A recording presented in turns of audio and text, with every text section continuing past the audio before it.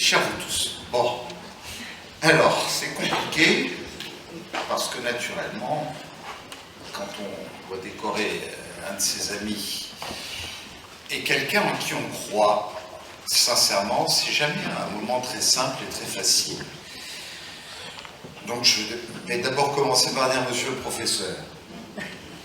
Parce que bien souvent, je sais avec humilité prendre des leçons de celui qui sait si bien enseigner à la fois la langue française, naturellement le Nissart et le provençal, naturellement aussi tout simplement les jeux de scène, et quelquefois cette part de l'ironie et cette part de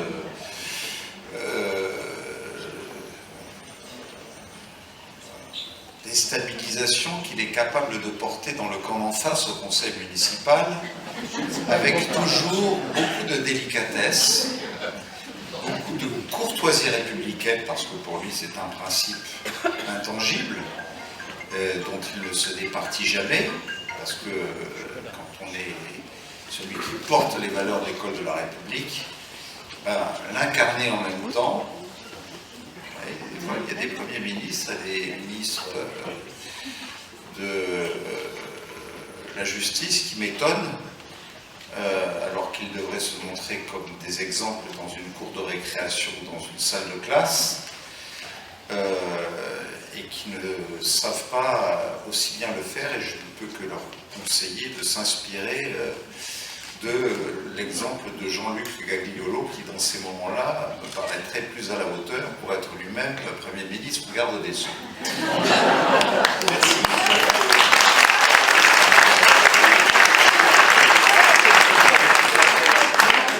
Claire ne m'en veut pas, mais il y a des moments qui me rassureraient quand on parle aux élèves. Pardon, madame la rectrice, qui me désespérerait moins en tout cas. Parce que dire que quand le maître rentre dans la classe, l'élève doit se lever est une chose, mais moi au collège, au lycée du Parc Impérial, où j'ai fait toutes mes études, on m'a toujours vous voyez d'abord, même à l'âge de 11 ans quand je l'ai intégré, et j'ai toujours appris à vous voyer mes enseignants, comme les enseignants me vous voyez. Ben oui, bon, et ça fait partie des choses où Jean-Luc démontre, depuis qu'il exerce ses responsabilités publiques, que c'est ce modèle républicain qu'il porte dans notre ville. Et je veux ce soir lui témoigner d'abord toute ma reconnaissance pour cela, monsieur l'adjoint au maire et cher Jean-Luc. Bon, je me rappelle qu'il y a 10 ans, à peine plus, en décembre 2013, nous étions au théâtre Francis Gall de Jean-Luc. Et ce jour-là, la République te décernait les insignes de chevalier dans l'ordre des palmes académiques. Si je me souviens bien, cette distinction t'était attribuée pour la qualité de ton travail au sein de l'Éducation nationale et comme professeur certifié de français de niçois durant les 16 années qui s'étaient alors écoulées depuis ta réussite au concours session 1997. La qualité de ton travail, oui.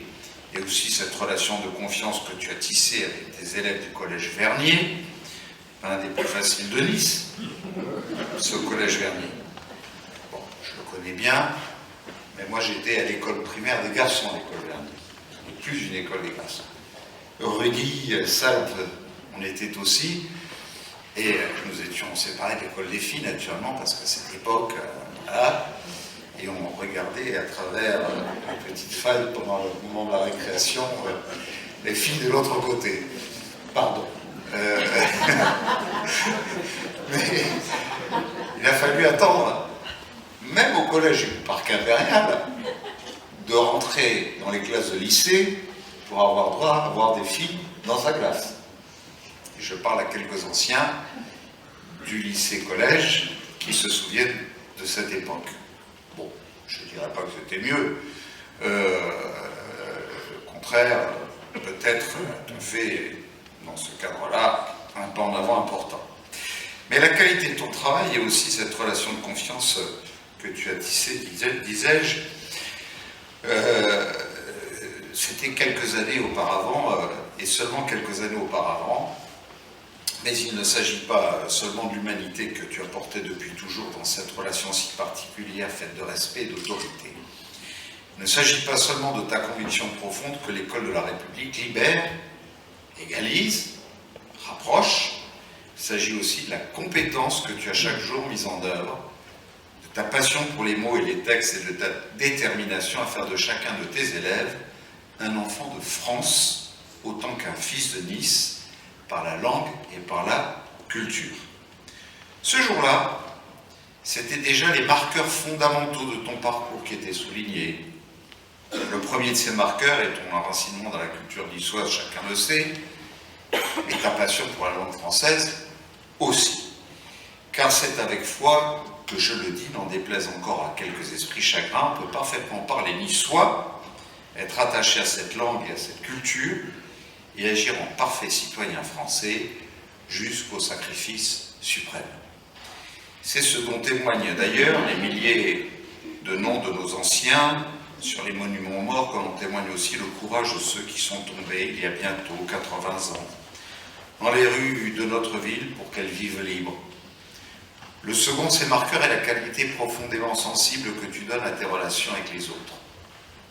Tes élèves, naturellement, et ta hiérarchie, Madame la rectrice, tes collègues de l'éducation nationale, et aussi désormais ceux du conseil municipal et des services de la ville de Nice. Sensible, oui, c'est-à-dire humaine, juste et aussi sympathique, souvent drôle, aussi comme j'y faisais référence tout à l'heure. Tu sais, cette drôlerie inséparable du caractère niçois, cette drôlerie que tu mets dans les personnages de tes pièces de théâtre, et encore on l'a tous apprécié récemment dans les débats de notre assemblée délibérante, même si sur les personnages locaux, tu es aussi capable de passer jusqu'à Molière, que tu as introduit dans notre enceinte municipale. Et voilà, en ce 5 décembre 2013, c'était comme si tout ce qui légitimait ta distinction était déjà en place. Alors pourquoi sommes-nous réunis à tes côtés aujourd'hui, avec ton épouse Claire, Pierre-Louis, ton papa, Jean-François et Marie, tes enfants, et tant de gens qui t'apprécient, t'estiment et qui t'aiment? Pourquoi la République a-t-elle choisi de te distinguer à nouveau par ce grade d'officier des palmes académiques? Bon, c'est peut-être qu'entre le 5 décembre 2013 et le 2 mai 2024, il y a eu mars 2014 et puis mars 2020. Je dirais que pour ceux qui penseraient cela, ils auraient totalement dérapé.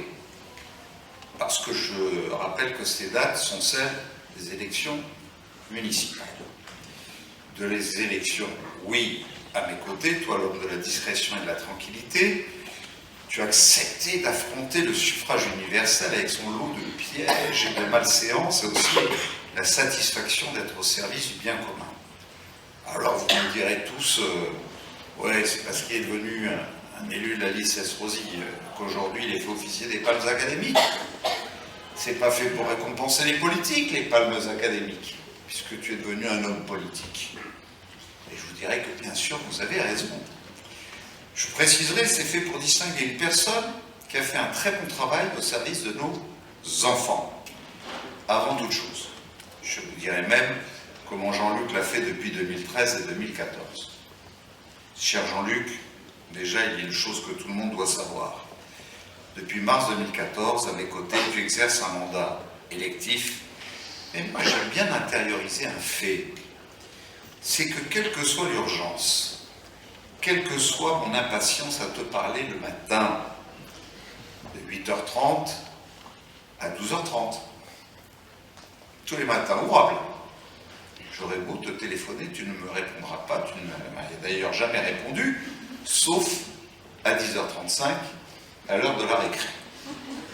Pourquoi entre 10h25 et 10h35?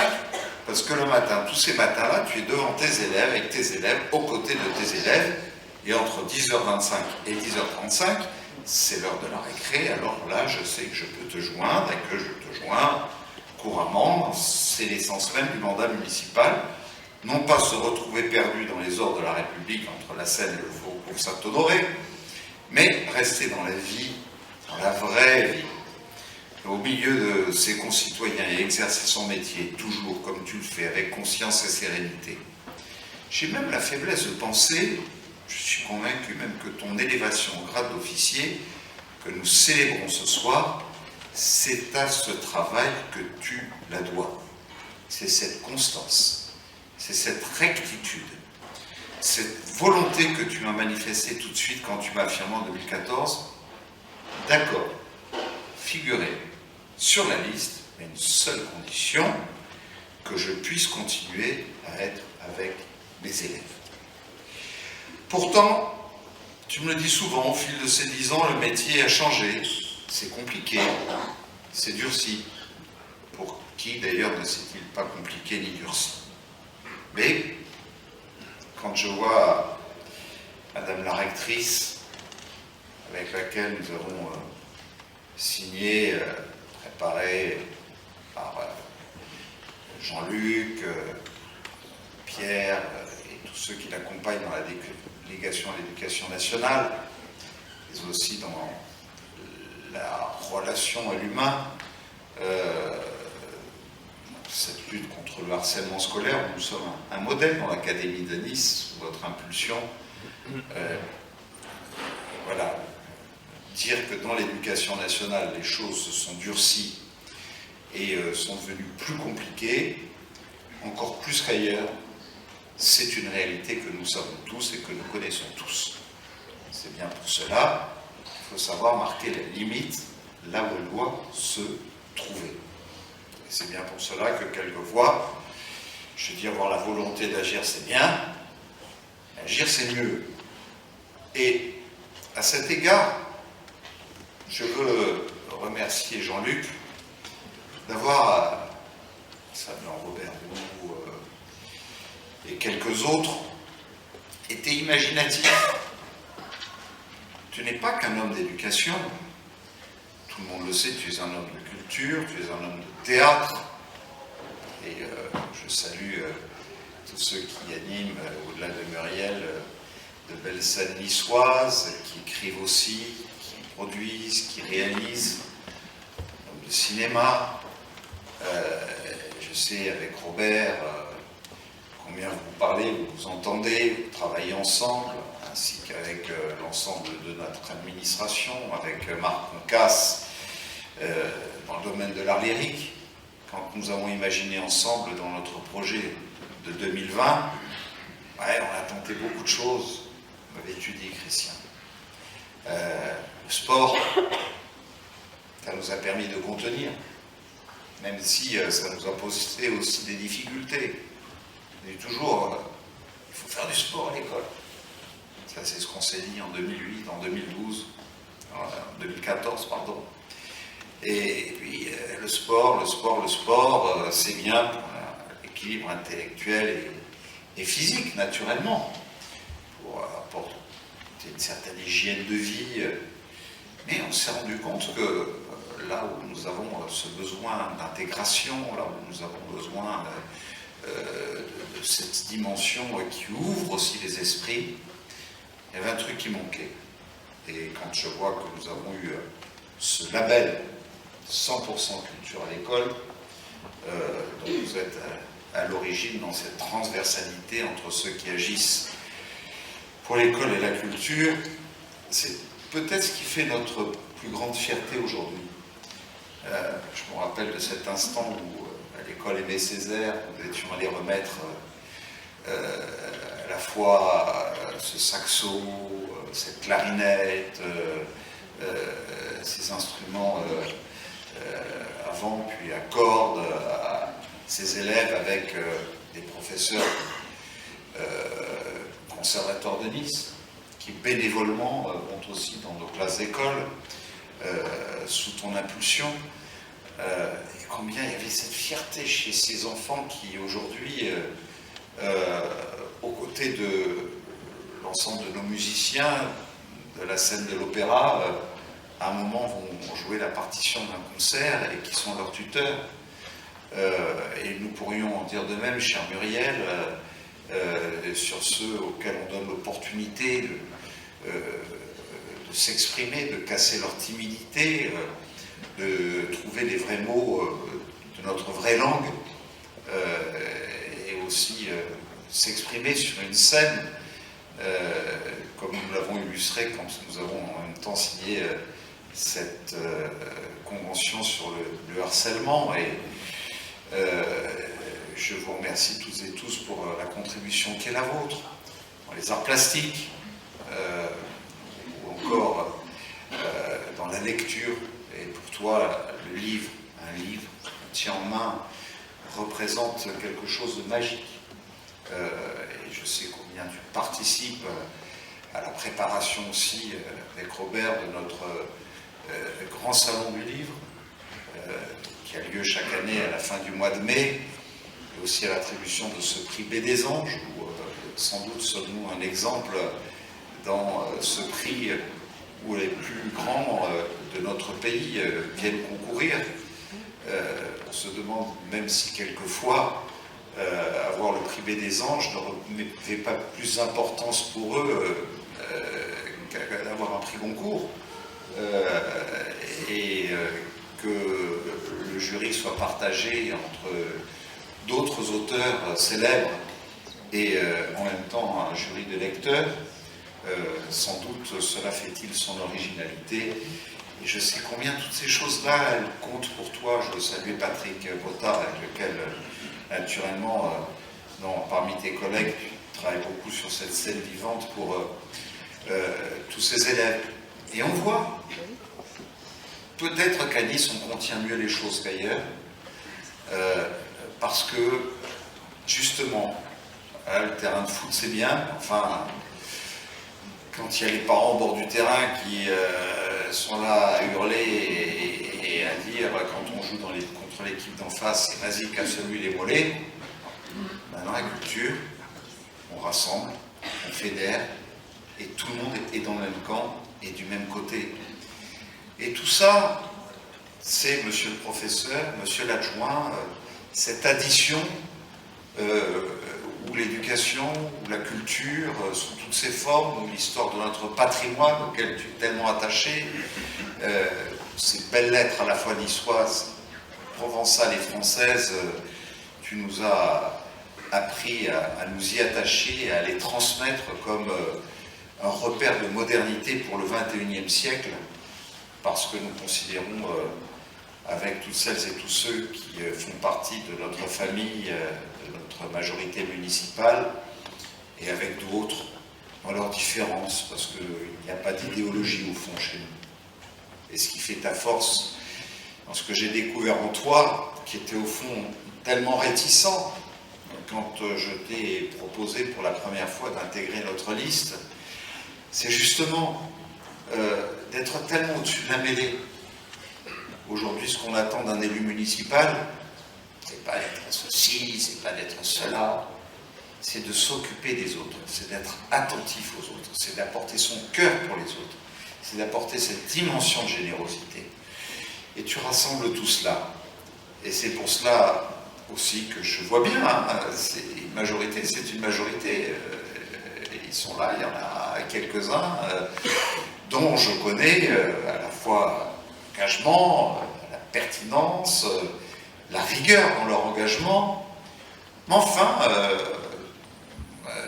voilà, il faut faire vivre, c'est comme une famille à la maison, il y a les plus anciens, les plus jeunes qui disent je veux rattraper les plus anciens qui disent je ne veux pas me laisser marcher sur les pieds par les plus jeunes, enfin voilà, on connaît tout ça, mais de Jean-Luc Gagliolo, j'ai celui qui fédère, celui dont tout le monde dit, dans la grande famille, il est génial, c'est formidable.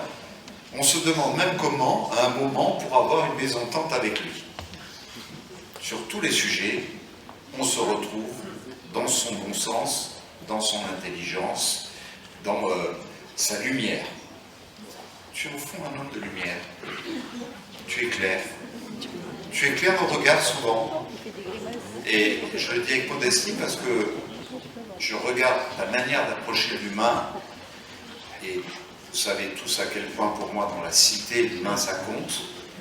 Et quelquefois je me dis que en t'écoutant, j'ai aussi quelquefois, monsieur le professeur, des leçons à prendre. Et on n'a jamais arrêté d'apprendre. Il n'y a pas celui qui est plus important, qui est moins important. L'esprit d'équipe, d'ailleurs, c'est ça. Et je rêverais que tout le monde ait un esprit d'équipe, au fond, comme tu l'as. Et personne ne peut contester le fait que tu incarnes tout cela. Voilà, j'avais envie, au-delà de choses que j'ai dû dépasser et ne pas lire, et puis ça n'a pas d'importance, au fond, de le dire parce que c'est ce que je pensais sincèrement. Et puis voilà. Alors, un prénom.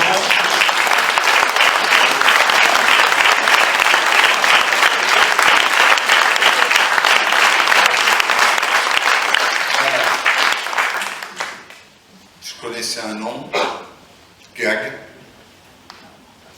puis j'ai appris à connaître le vrai nom, Gagliolo, parce que, puis le prénom, après Francis, Pierre-Louis, Jean-Luc, qui est aujourd'hui un ami tellement fidèle, tellement solidaire en chaque circonstance. Je crois tellement fier de servir sa cité, et depuis j'ai mesuré combien l'homme que tu es se trouve à sa place, aussi bien au collège qu'au conseil municipal de Nice, et combien désormais Jean-Luc est un prénom qui fait honneur au Gagliolo, autant que Francis et Pierre-Louis, et combien aujourd'hui il marque l'esprit de notre cité. Alors ce soir, mon cher Jean-Luc, bien au-delà de nos sentiments, c'est ce que je crois discerner dans les insignes que tu vas recevoir, quelque part la reconnaissance renouvelée, un peu plus de 10 ans après, de la nation pour tout ce que tu nous as apporté, tout ce que tu représentes d'exemplarité dans notre cité.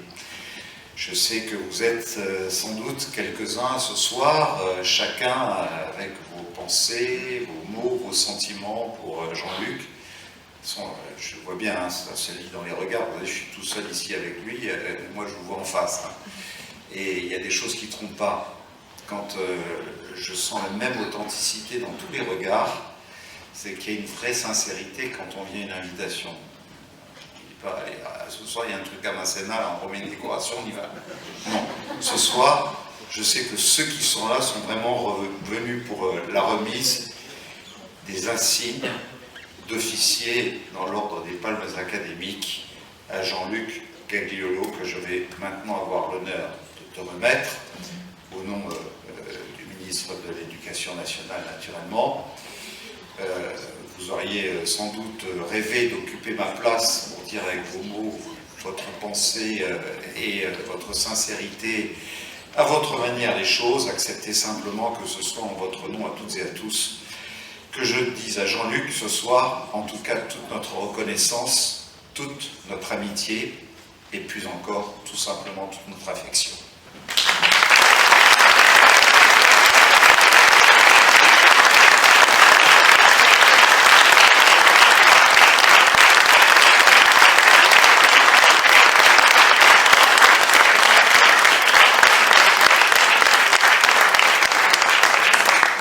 Jean-Luc Gagliolo, au nom du ministre de l'Éducation nationale, nous vous faisons officier dans l'ordre des Palmes académiques.